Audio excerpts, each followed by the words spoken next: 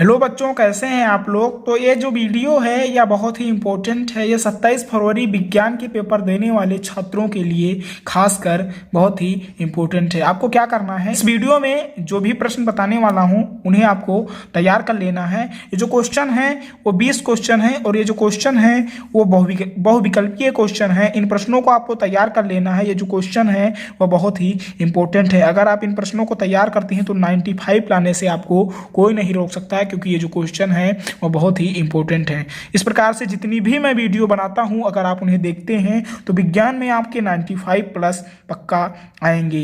तो क्वेश्चन है, आइए उसको देखते हैं। हमारा पहला क्वेश्चन है Fe2O3+2Al गिव्स आउट Al2O3+2Fe। ऊपर दी गई जो अभिक्रिया है वह किस प्रकार की है आपको बताना है। ए नंबर संयोजन अभिक्रिया, बी नंबर वियोजन अभिक्रिया, सी नंबर द्विविस्थापन अभिक्रिया और डी नंबर विस्थापन अभिक्रिया। आप जानते होंगे कि जो अभिक्रिया दी हुई है Fe2O3 2Al गिव्स आउट, तो इसमें क्या हो रहा है आप यहाँ पे ध्यान देंगे तो Fe जो है वो यहाँ पे विस्थापित हो रहा है, अलग हो रहा है, तो यह हमारी विस्थापन अभिक्रिया है। डी नंबर जो क्वेश्चन है वह डी नंबर जो ऑप्शन है वह सही होगा। दूसरा क्वेश्चन देखते हैं। सल्फर डाइऑक्साइड का जलीय विलयन क्या होता है आपको बताना है। ए नंबर अम्लीय होता है, बी नंबर क्षारीय होता है और सी नंबर उदासीन होता है और डी नंबर उभयधर्मी होता है। तो जो सल्फर डाइऑक्साइड है उसका जो जलीय विलयन होता है वह अम्लीय होता है। अगर आप इनमें से क्वेश्चन का आंसर जानते हैं तो आप कमेंट में जरूर आंसर इसका दें। 3 नंबर क्वेश्चन है। क्षारीय विलयन का पीएच मान क्या होता है आपको बताना है। ए नंबर 7 से अधिक, बी नंबर 0, 7 से कम और 7। तो आप अच्छे से जानते होंगे जो क्षारीय विलयन का पीएच मान होता है वह 7 से अधिक होता है। 7 से कम होगा तो वह अम्ल होगा और अगर 7 होगा तो वह शुद्ध जल का पीएच मान होगा। इस प्रकार जो तीसरा क्वेश्चन है वह बहुत ही इंपॉर्टेंट है। चौथा क्वेश्चन देखते हैं। अधातु है, इसमें से बताना है। ये तत्व दिए हुए हैं, इनमें से अधातु कौन है। ए नंबर के, बी नंबर एफ और सी नंबर Al और डी नंबर Ne। तो जो एफ है, बी नंबर ऑप्शन वो अधातु है, बी नंबर ऑप्शन है वह सही होगा। यफ जो है हमारा वो अधातु है। 5 नंबर क्वेश्चन देखते हैं। क्लोराइड अयस्क का उदाहरण क्या है। क्लोराइड अयस्क जो है उसका उदाहरण क्या है। ए नंबर बॉक्साइट है, बी नंबर मेलेकाइट है, सी नंबर सीडेराइट है, डी नंबर हार्न सिल्वर है। तो आप सभी अच्छे से जानते होंगे जो क्लोराइड अयस्क है उसका जो उदाहरण है वह हार्न सिल्वर है। तो जो डी नंबर ऑप्शन है वह सही होगा। 6 नंबर क्वेश्चन देखते हैं। तत्व जो क्षारीय ऑक्साइड बनाता है उसका परमाणु क्रमांक क्या है। ऐसा तत्व आपको बताना है जो क्या कहते हैं क्षारीय ऑक्साइड बनाता है और उसका क्या बताना है आपको, परमाणु क्रमांक बताना है। तो ऑप्शन दिया हुआ है। A number 18, B number 17, C number 14 और डी नंबर 19। तो इसका जो सही आंसर होगा वो डी नंबर होगा 19। जो परमाणु क्रमांक वाला तत्व है वह क्षारीय ऑक्साइड बनाता है।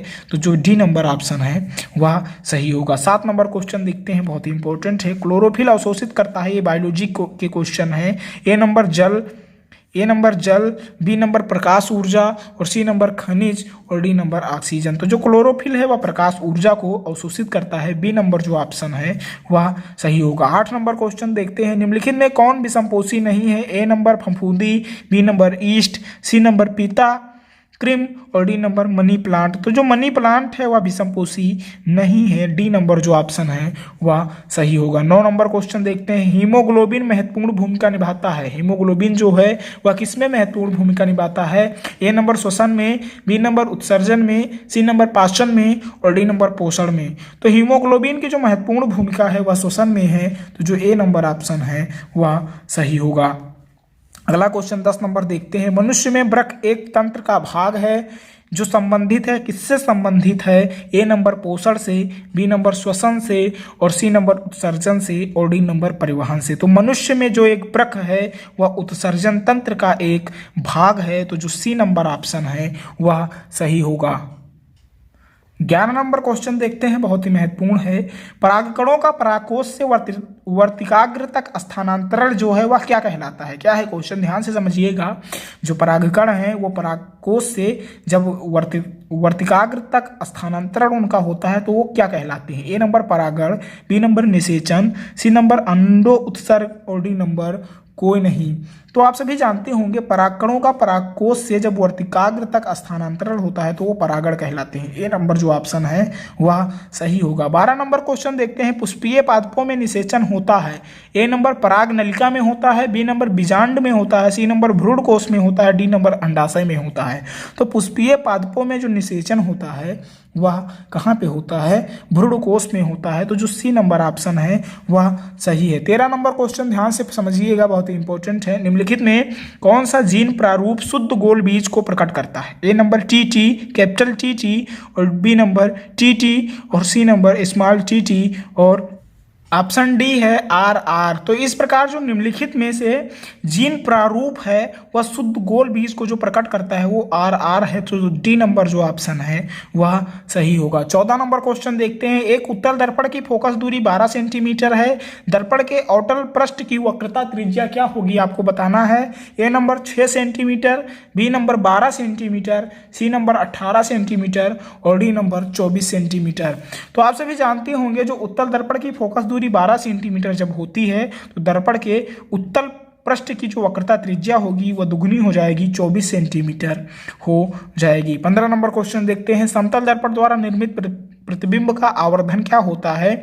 ए नंबर 1 होता है, बी नंबर 1 से कम, सी नंबर 1 से अधिक, और डी नंबर अनंत। तो समतल दर्पण द्वारा जो निर्मित प्रतिबिंब का आवर्धन होता है वह समतल दर्पण द्वारा जो निर्मित प्रतिबिंब का आवर्धन होता है वह 1 होता है। तो ए नंबर जो ऑप्शन है वह सही होगा। 16 नंबर क्वेश्चन देखते हैं, दूरदृष्टि दोष के कारण प्रतिबिंब कहाँ बनता है? ए नंबर रेटिना पर, बी नंबर रेटिना के आगे, सी नंबर रेटिना के पीछे, डी नंबर कहीं नहीं। दूरदृष्टि दोष के कारण जो प्रतिबिंब है हमारा वो रेटिना के पीछे बनता है। तो जो सी नंबर ऑप्शन है वह सही होगा। 17 नंबर क्वेश्चन देखते हैं, किसी चालक तार में वैद्युत धारा का जो प्रवाह होता है वह कहाँ होता है? ए नंबर मुक्त इलेक्ट्रॉनों द्वारा, बी नंबर आयनों द्वारा, सी नंबर प्रोटॉनों द्वारा, और डी नंबर न्यूट्रॉनों द्वारा। तो किसी चालक तार में जो वैद्युत धारा का प्रवाह होता है वह मुक्त इलेक्ट्रॉनों द्वारा होता है। ए नंबर जो ऑप्शन है वह सही होगा। 18 नंबर क्वेश्चन देखते हैं, किसी वैद्युत परिपथ में बहने वाली वैद्युत धारा का जो मात्रक है वो क्या है? ए नंबर एम्पियर है, बी नंबर वोल्ट है, सी नंबर ओम है,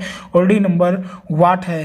तो किसी वैद्युत परिपथ में जो बहने वाली वैद्युत धारा है वो क्या होती है? एम्पियर होती है। उसका मात्रक जो है वह एम्पियर है। ए नंबर जो ऑप्शन है वह सही है। 19 नंबर क्वेश्चन देखते हैं, चुंबकीय बल रेखाएं क्या हैं? ए नंबर सदैव समांतर होती हैं, बी नंबर एक बिंदु पर मिलती हैं, सी नंबर एक दूसरे को कभी नहीं काटती, और डी नंबर परस्पर काटती हैं। तो चुंबकीय बल रेखाएं जो है वह एक दूसरे को कभी नहीं काटती। सी नंबर जो ऑप्शन है वह सही होगा। अगला क्वेश्चन देखते हैं 20 नंबर, निम्नलिखित में से कौन सा जैव मात्रा ऊर्जा स्रोत का उदाहरण है? ए नंबर लकड़ी, बी नंबर गोबर गैस, सी नंबर नाभिकीय ऊर्जा, और डी नंबर कोयला।